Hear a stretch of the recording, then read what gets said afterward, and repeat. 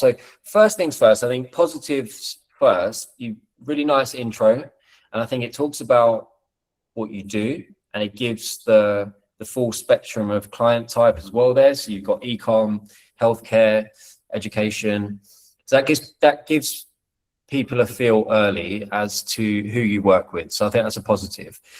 What the suggestion that I might potentially make is, so you SEO specialist makes complete sense, right? That is who you are and what you do. But I think what you could potentially do there is elaborate on that a little bit further. First, there's multiple reasons for that. So firstly, that will allow people that are searching for certain types of individuals, and this will obviously apply to your LinkedIn as well. That's a separate thing, but a certain type of SEO. So it could be they're looking for a content strategist focused SEO. It could be they're looking for a tech and on-site focused SEO. It could be actually, and again, this is kind of without knowing you and kind of how you work, it could be actually they want a well-rounded SEO that knows the full, or basically works with the full spectrum, every facet. So it could be something simple, just like hyphen SEO specialist hyphen focusing on blah, blah, blah. If that makes sense, I feel like that would further define you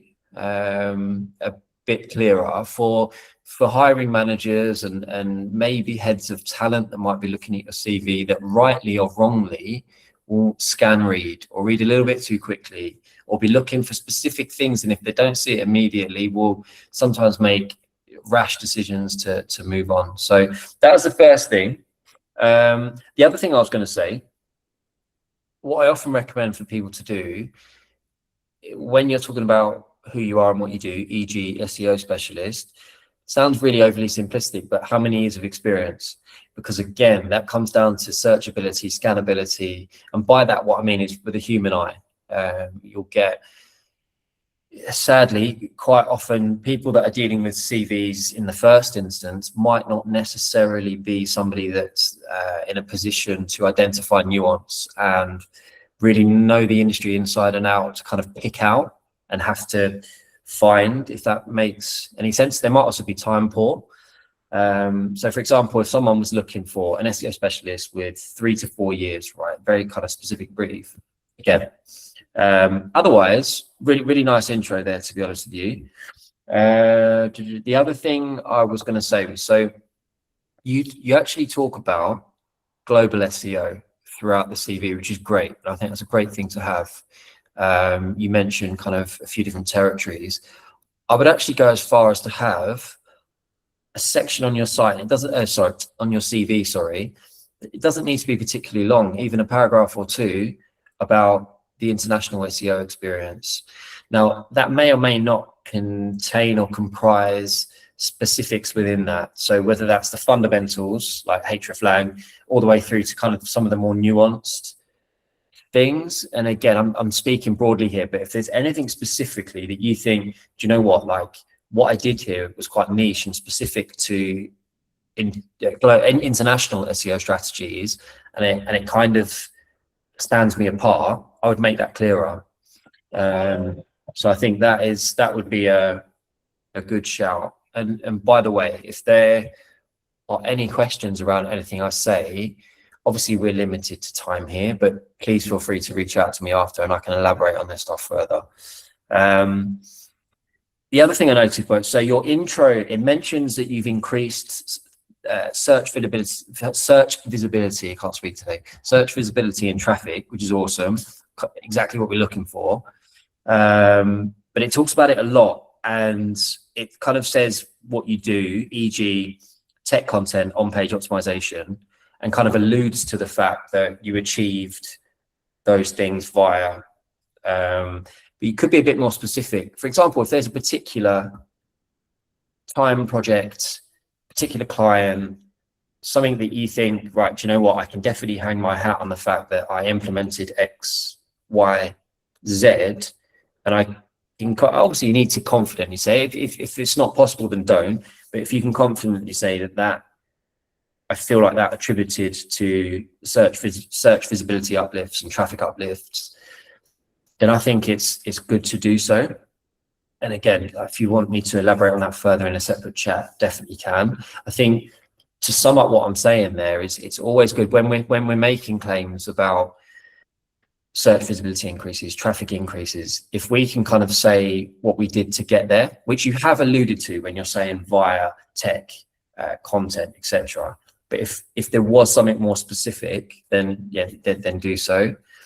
Yeah, so those were the CV also talks about identifying growth opportunities, which is great. And I think that makes you really valuable to, say, for example, agencies when you are upselling or trying to get clients to spend more money, for want of a better way of putting it, or basically increasing the scope of work.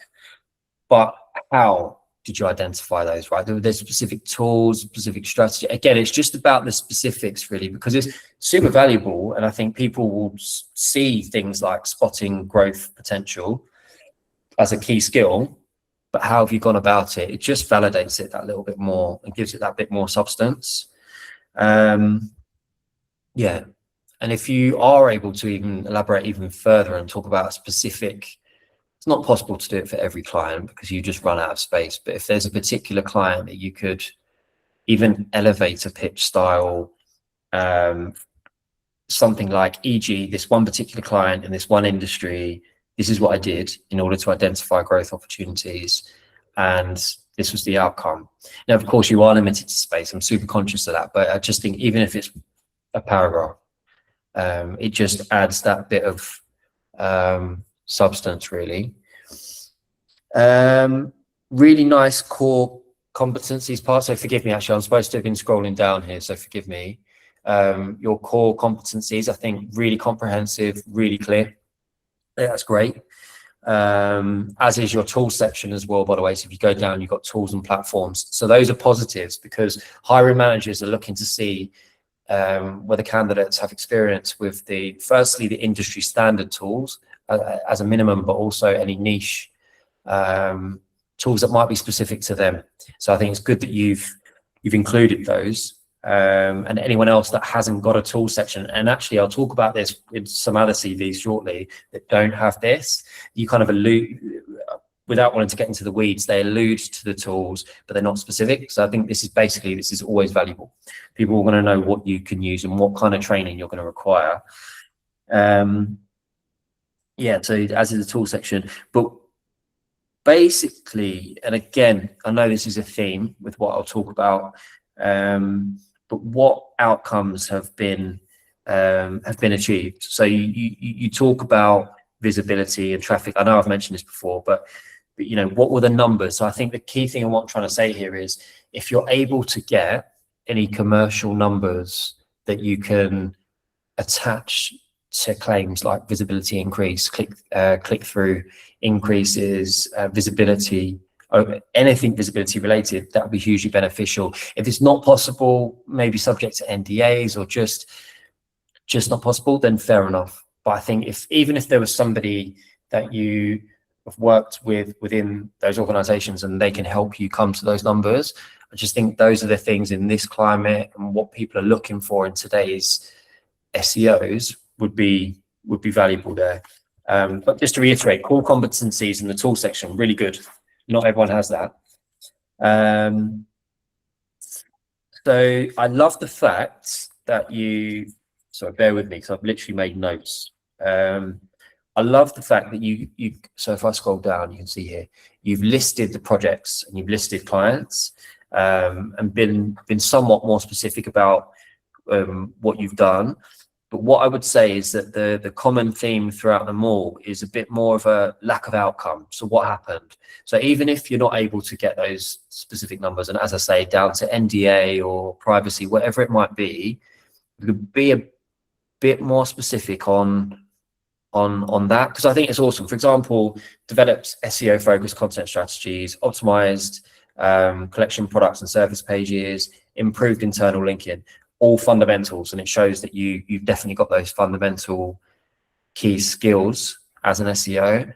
But I think it's just about the specifics, like what did it achieve? And then also you could even be a bit more specific about, okay, so SEO focused content strategies such as, and again, I know you've got internal linking, for example, but maybe be a bit more specific. And it kind of runs throughout, really. Really good that you've got all this, but you supported SEO strategy for logistics and freight marketplace platform. Okay, so in what way?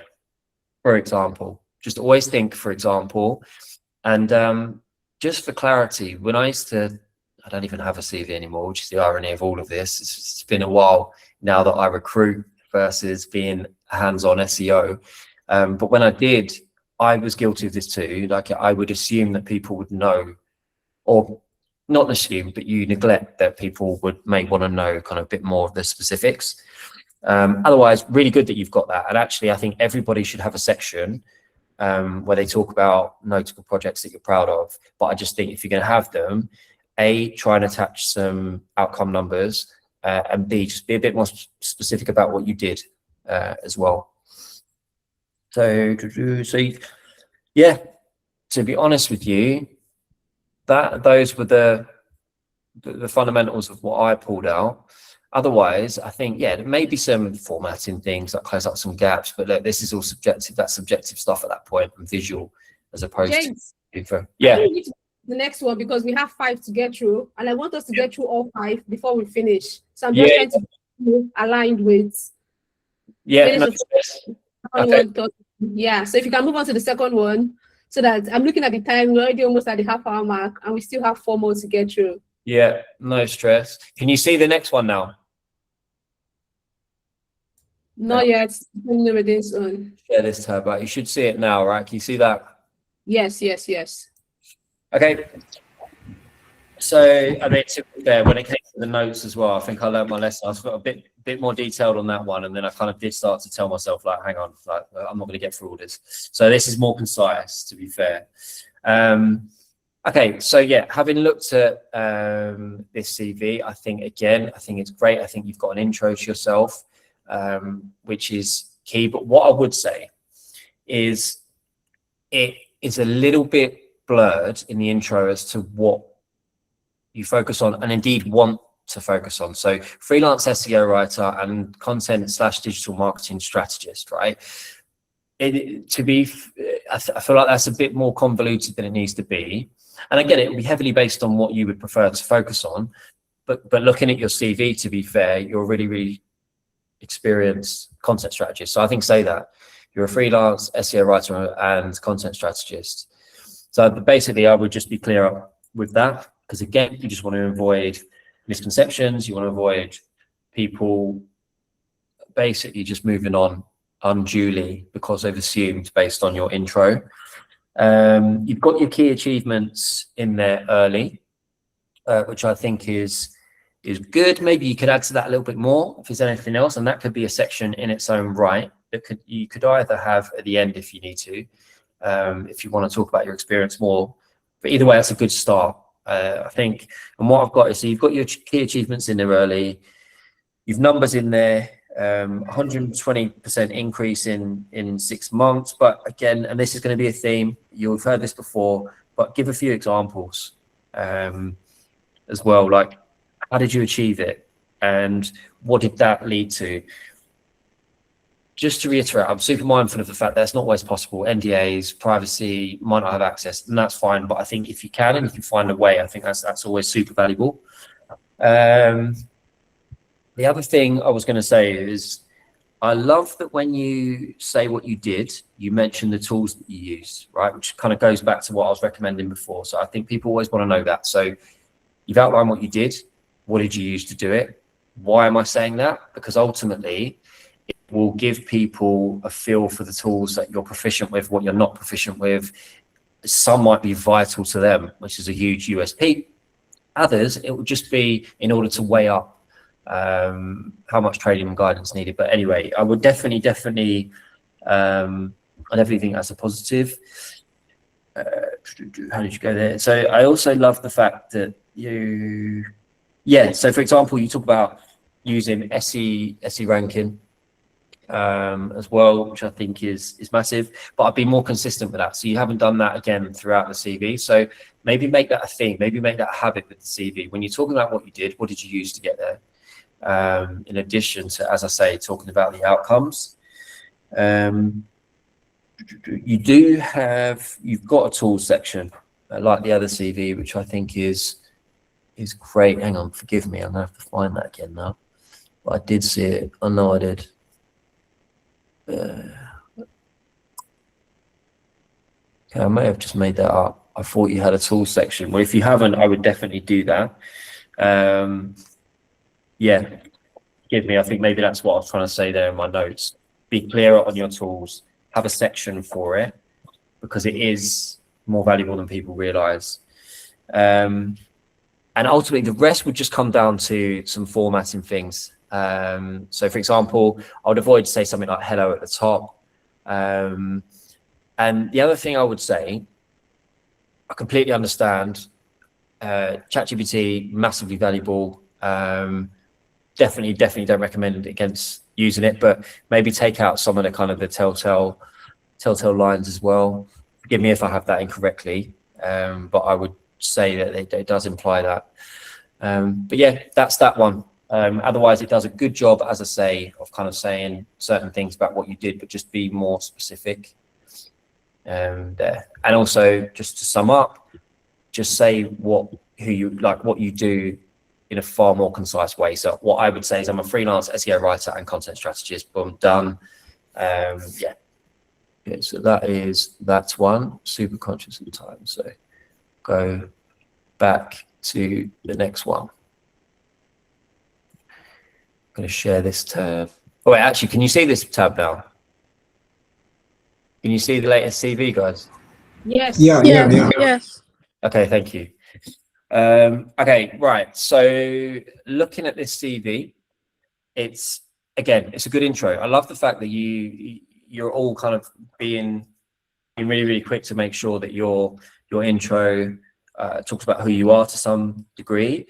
But it says through SEO driven content. Again, just be specific, such as even if you list 2 or 3, or even if there's one that you are most proficient with, and it's your day-to-day, just be clear with that. Really, I also like the fact that you include metrics like traffic increases. Again, this is a theme, but traffic increases for roles, and you explain precisely what you did to achieve that, which again I think is a step closer to what I was advising with some of the other CVs. But again, if you've got access or opportunity to find out what that meant commercially, super conscious that I'm sounding like a broken record now, and by the way, this is not exclusive to these CVs. This is common. I speak to people with 10 to 12 years of experience that are still lacking this in their CVs because they take for granted how important it is, or they've never taken the time to. And they're in even more position, by the way, people with 10 to 12 years, to be able to get access to that, but they just haven't. So I just want to be clear on that. It's not exclusive to these CVs, but I just think numbers relating to outcomes are super important in this climate, and it's what sets good SEOs and good content people apart. People that understand, and it shows that you understand why you're doing what you're doing. Like it's not for the sake of the craft. It's in order to achieve the business goals of the business. But also super conscious. That's easy for me to say. And I think the CV alludes to the fact that there was converting content, right? And bear with me one second. I'm probably not going to be able to identify. Yeah. So it refers to converting content, but how much of it converted, by what amount? But in addition to that, I guess that aside, what types of content work best?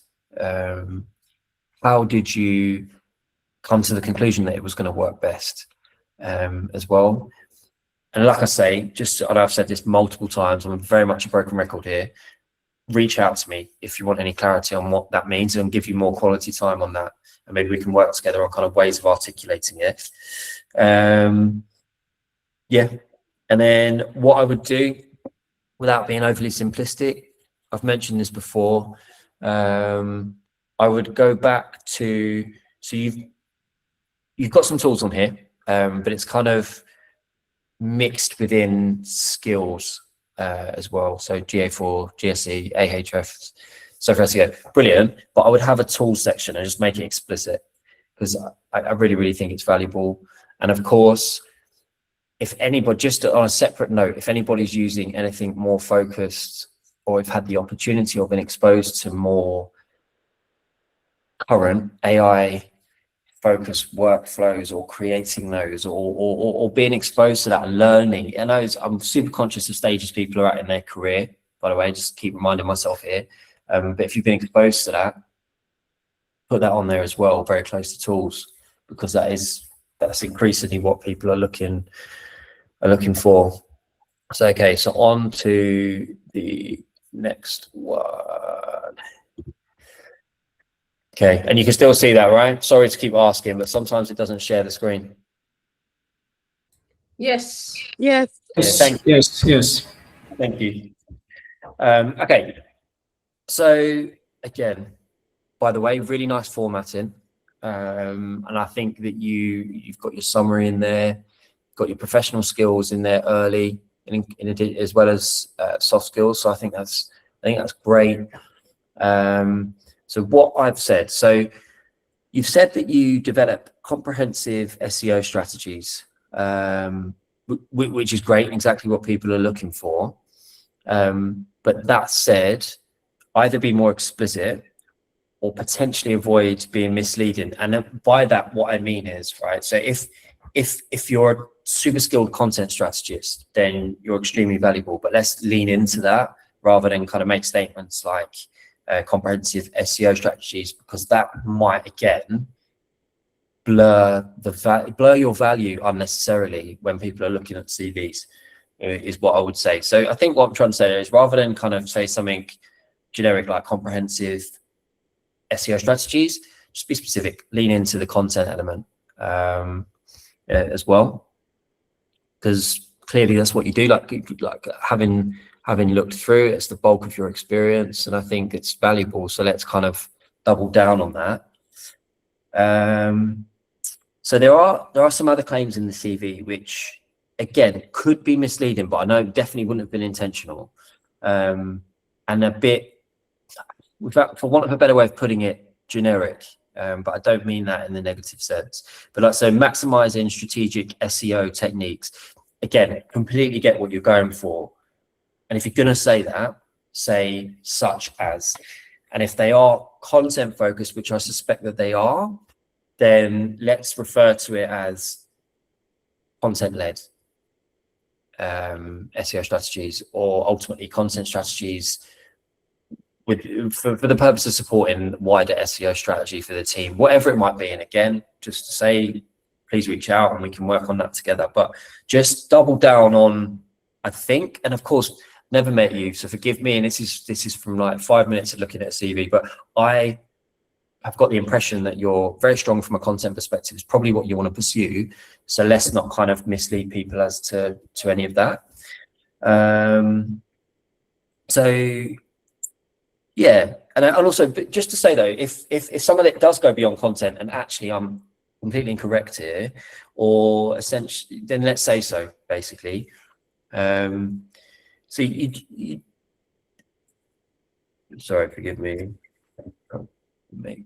Yeah, so this was, again, the next bit was kind of related to metrics and what has been achieved. So clearly it's a theme, right? And again, just to say, this is definitely a theme in the industry. I think people, and it makes sense, it's easier to find access to things such as 15% increase in conversion rate within 2 months of joining a team, right? But if we can get, and it might be a case of maybe potentially needing to speak to somebody more senior where you were, or maybe they have a data team or somebody that would be dealing with that reporting side, but looking to see if there is anything that can be said from a commercial perspective, without wanting to kind of labor that point. But again, what I would say was, recurring theme, what did you do to get there? So high quality, engaging, relevant content, it makes complete sense. But I would just say it doesn't need to be overly complicated, but such as for certain client. And if you don't want to name the client, or can't name the client, then you can say the industry, but it's just about the specifics really. So and I know it sounds like I'm a broken record with regards to the tool section, but definitely have one. Just checking whether I've been silly there. So I know, forgive me, you have a tool proficiency section, but I would suspect that you probably use more tools than that on a daily basis. Maybe it's a case of having a think, but I would definitely include more there. That was a small point anyway. But for video wise, so I'll scroll down. Yeah, so for video wise, again, is you say 30% growth in traffic through SEO optimized content, but what types of content, even if we just list 2 or 3, and what forms? So as you can see, there's definitely a consistent set of feedback there. So that was what I had for that. Otherwise, what I will say is the positives, really clear, easy to read. It's pretty obvious what you do with a couple of minutes reading it in terms of being a content focused specialist. But what I will say is maybe with the small tweaks I mentioned in the beginning, we could just double down on that really as well. And the other thing I would say, generally speaking, what I would always do is say that what you're potentially looking for as well, just be really explicit in the first couple of lines as well, because again, it just comes down to that scalability as well. So that, and then on to the last one. I feel like I'm being more efficient now, I hope. I'm just going to assume you can see that rather than ask another annoying question. So yeah, having looked at this, I think the professional summary is great. So you say who you are early, but linked to that is kind of something that I'll come to in a minute. Certainly on the surface, from early reading, you can see you're a journalist, storyteller, clearly fashion focused, beauty, culture. So that's clearly what you want to focus on, right? To have made that as prominent, which is great. But what I will say is as you go further down, you also have, and I think there are ways of making this more readable and digestible, by the way, which I'll talk about in a minute. But you also have a lot of B2B, yeah, if I remember correctly, as well. So I think there's 2 things to do with that, and I'll speak about that in a second. But before that, so you mentioned really cool things like trend analysis, right? So analyzing fashion, beauty, social trends, translating culture shifts. Awesome. That can be translated to so many different roles. But again, examples, tools. Yeah, you know, what is that? And it doesn't need to be reams of information. It's just, what it does though is it backs up, it substantiates claims. Like it just avoids people thinking, okay, they're being generalistic there deliberately, which I know you're not. You do get some hiring managers. What I will say as a whole though, there's a lot of text, particularly when it comes to your professional experience. And I think there are just really simple things you can do there. Like you might even want to, I know it sounds ridiculous, but from like a visual perspective or a naked eye perspective, have the titles there in blue. I know that sounds like such a trivial thing, but it just breaks it up. Because believe it or not, when people are going through a CV quickly and they're time poor, and they will scroll in a similar fashion to what I'm doing now. And if it's not, I'm not saying this is right, but I've seen it happen. If it's too difficult to digest, they move on. So I would definitely do that. The other thing I was going to say, so the CV could be a little clearer on what you're looking for. So I assumed in the first bit that you'd be looking for fashion, culture focused work, you're a journalist, storyteller, skills that can be translated to so many roles, but seems quite specific in terms of the industry. But then, like I say, as you go down, you've got more B2B, and that might lead people to be unsure as to suitability if it were one specific way or another. Again, I wouldn't agree with them if they say that, but I'm just trying to think of potential objections going forward. So there's a couple of things you could do there. You could have a separate CV for fashion and lifestyle and really focus on what you did with the fashion and lifestyle element. in one CV and then have a B2B one if you were looking at both routes. Or I would just separate the CV a bit more with clearer heading. So you have your fashion and lifestyle in a really clear, bold, bigger than the rest of the writing, so it's visual section to punctuate it, and then have your B2B. It just avoids confusion, because I got it from really spending the time to read it, but sadly not everyone does. And I think you want to give yourself the best chance. Yeah. And the other thing I was going to say, actually, when it comes to content roles, I know this is kind of going a little bit aside from the CV side of things, which was what we were talking about. The portfolio website, the medium isn't important, but something that's linkable that you can include as well, I think always helps. It gives people that feel, a flavor of what you do, and it gives you more, it's something that gives you more space as well there to start showcasing. And you can have a B2B portfolio, you can have a fashion and lifestyle portfolio in this sense. Yeah, hopefully that's valuable, but that's what I would say. Yeah, those are the core things. And I think in terms of the positive, just going back to it again, I do like the clear summary in the beginning. But yeah, just make sure you're either explicitly saying that you're looking for X, and if it is that you're looking for both, then just say that. Yeah, no, I think that's the final CV. I almost feel like I've kind of moved rapidly there with those last lot. Good. And Edicon, do you want to look through the comment section and just surface the questions for James one by one? Yeah. Okay, so what? So I click on the message icon at the bottom. Let Edicon just handle that. I'll read it out. Okay. All right, James. Thank you very much for that wonderful review. So we are moving straight to the questions. The first question here is from Gold Prince. You said about SEO driven content should be more specific. So what can I write? So sorry, did you get that? Yeah, good question. So look, I should repeat it. What's that? Sorry.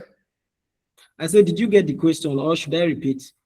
No, I think I do. I think ultimately they're just asking me to be more specific as to what they can write. Okay, fair enough. So, all right. So if we're saying SEO driven strategies, then what just one or two examples of said strategy, right? So there's, whether they be, and this is top of my head stuff, but via detailed content gap analysis that was used in order to shape a comprehensive content cluster focus project, or content hubs, to create content hubs.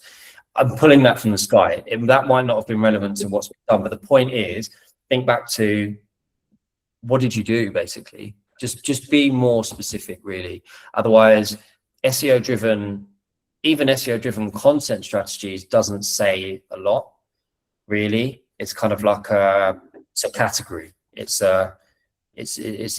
feels a bit more top line. Now, to be fair, a lot of that's probably driven by the fact that people want to save space, and a lot of people are very laser focused on save space, don't make people read too much because they get annoyed, etc. But I think now there's an opposite problem in terms of people are a bit too sparing with the information and maybe not doing themselves justice. So I would go out on a limb and say you probably did some cool stuff, but what was that within those strategies? Hopefully that answers that. Okay, thank you. The next question is from Juridine, and it says, is it proper to add the names of the companies I've worked with in my agency? Yeah, okay, good question. The honest truth is, this is a politician's answer. Yes, if you can, right? So if you had a relationship, you know that they're going to be okay with that. I would always permission from your boss, for example, just in case there's an NDA somewhere. Just in case, never assume. But yes, if you can, absolutely. I think there's a benefit in that. Even if you were to have a couple per industry. to give them a flavor. Now, if you can't do that, and it is common, certainly for smaller agencies or consultancies, to not be allowed to talk about the work that they do, and they're white labeling, for example, and they're not allowed to actually say that they are, that's fine. What industries were they? Basically what industries were they? That gives a flavor.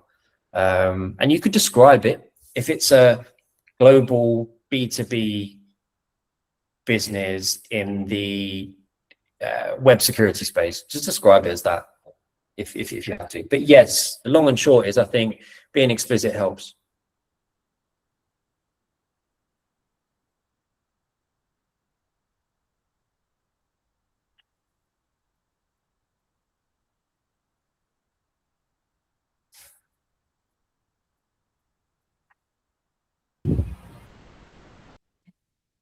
Joseph, you are muted. In case you don't know.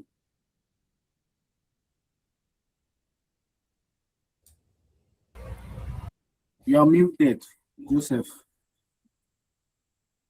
Oh, sorry. Oh, sorry. I didn't even realize. Okay. I thought I didn't know.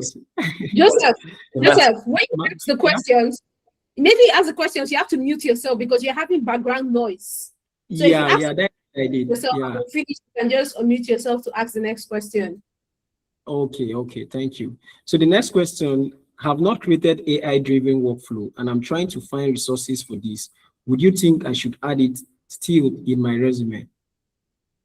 Forgive me if I've misunderstood, but are you saying if I've understood you correctly, you're saying you haven't done it, but you're asking if you should add it. Is that correct? Yeah.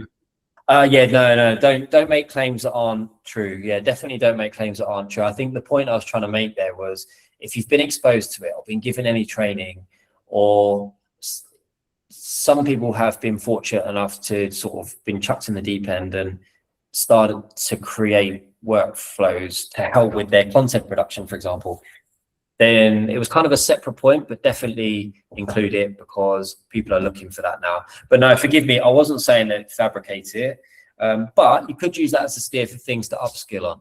So if you're in a position there to be able to request that internally where you work, or what are you looking for specific courses, I think there are basic courses now that teach people how to kind of create really basic workflows. I mean, there's different levels. It goes from basic to expert, but like basic workflows to aid with content production. So content research, content production at scale while still maintaining quality. But yeah, I know that's a separate thing. I've gone on a tangent there, but I think it's massively valuable. So if anyone wants to talk about that after, then please reach out and can see if I can introduce you to the right people. All right, so the next question is coming from James, and he said, hi, James. Sorry, it's coming from George, sorry. Hi, James, I noticed you didn't mention anything about length of the CVs. What's your thoughts on the ideal length of a CV, or doesn't it matter? So, you know what, I talk about this so much, and actually I don't think it matters. I think it's a common sense, for want of a better, I know that sounds overly simplistic, but if you've got 3 to 4 pages, then yeah, okay, this is too long and that's a problem. But I think if a CV is 2 pages, so I'm going to contradict myself there. Basically, I think 2 pages is probably the max, but some people try and cut it down beyond that. Some people try and cut it down to a page and really try and squeeze things in, and in doing so neglect to do themselves justice. So yeah, I guess if I was to answer it, 2 max, but I just wouldn't overly fixate on that. So if there was something that is so integral to have in there, so integral, and you think it's really valuable and it's so relevant to a particular role, then don't fret if it goes to 2.5 pages. Don't stress about that. Don't spend ages trying to cut that down. Actually, what I say to a lot of people is just communicate that in a cover letter if you have an opportunity. I've actually advised somebody recently, they were worried about the length of their CV. It was about 2.5 pages, but just couldn't lose anything. Every time they tried to cut things, they felt like they were doing themselves an injustice. So I said, communicate it in cover letter if you can, or in an email if you're submitting it via an email. Just say, look, just to let you know, this is going to sound ridiculous, but just so you know, my CV is 2.5 pages. There is a reason for that. I've included key skills. That sounds so overly simplistic, but what I always say is we're optimizing for people as well. Sometimes we're optimizing for decision makers' actions. You don't want them to assume, oh, this is too long. They've made an error there. If there's a reason for it, let them know. But I would say optimal, if I had to say optimal, 2 pages. I know that was the most long-winded way of answering that, but I don't think it's necessarily black and white.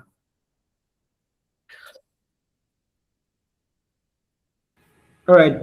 Okay, we have the next question here from Blueprint. Like, I haven't written topics on what I wrote, the content, but you said be more specific, like what type of content? Hi, Joseph. I think he has covered that already. When you responded, yeah, so that's why I just asked you to move down and just take the other questions that are remaining outside of what Guprit has asked. Okay.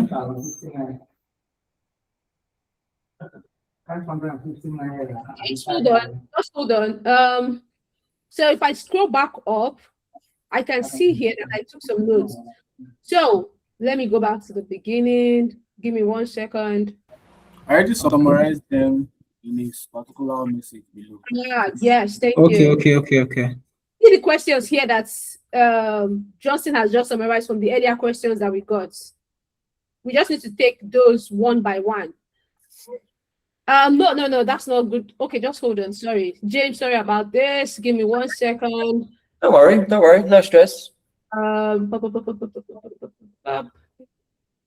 right. So I guess the first question is, when you're applying for roles advertised on LinkedIn, how do you structure your resumes so that you get past the first stage at the minimum? Okay.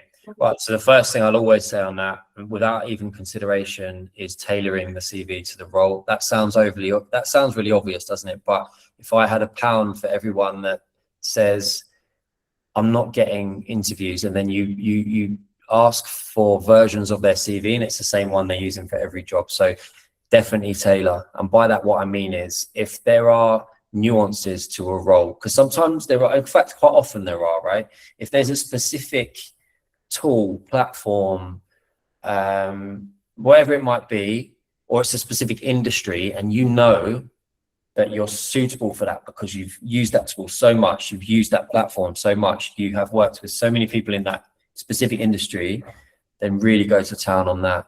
Your CV might already be industry specific or tool specific, and that's fine.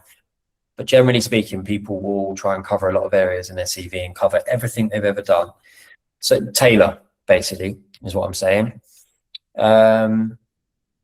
Do your research if you can. It's not always possible, into who the hiring manager is. If you can't identify who that is specifically, well, usually you can. If you go into the LinkedIn company page, you can usually ascertain who is roughly going to be the hiring manager. But anyway, the point I'm trying to make there is absolutely no harm with the cover letter section of the LinkedIn application being able to show that you've done your research in some way. If there's something that's like stands out to you, whether that's the hiring manager's profile, something they've spoken about, whether that's a piece of work or campaign, inverted commas, or anything that particular business has done, you can talk about that there. But otherwise, I think the main thing is tailor. Just don't be quick to hit apply for multiple things in a row without stopping. Okay, I guess the next question is from Paris, and Paris is asking about, can you share some standard optimization techniques that works across board for resume optimization for freelancers? So like, this is specifically for freelancers that are trying to optimize their resume to work across board when they're applying for content SEO roles. Right. Okay. So I think if I've understood, you're talking about optimizing for keyword-led, probably more, I guess, AI platforms that are kind of used before it gets to a person. I think is kind of what you're saying. Or if you're saying optimizing it for the person anyway, for the scannability, the reading it. Yeah, I think because it's freelancers, usually you'll be interfacing one-to-one with the clients, right? Okay. So all right. So it'd be for the person. Yeah. essentially, again, I know I'm a broken record, but it just comes down to just, you said something there in the question about across the board, but I'm always against that anyway. And forgive me if I've misunderstood, and I'm sorry if that's not what you meant, but like the feeling of across the board might imply a scattergun approach, like sending it to as many places as you possibly can. And I completely understand why people would do that, for clarity. But sometimes it can be counterproductive and actually waste more of your time, because you can feel like throwing rocks into the sea, because each one that are reading the CV are feeling that it's a generic application. So I'm not saying this is always possible, but what I always recommend people do is build a hit list of 10 opportunities that you really want to focus on. And I'm only saying 10 because you can work on them in chunks. And then you sit and you tailor as much as you can for each. That's what I would say. I know that's not really what the question was asking. I think it was more how you can get it, how you can basically get it in front of as many eyeballs as possible at one time, and for it to be optimized for that. But my fear there is that's actually the problem in itself.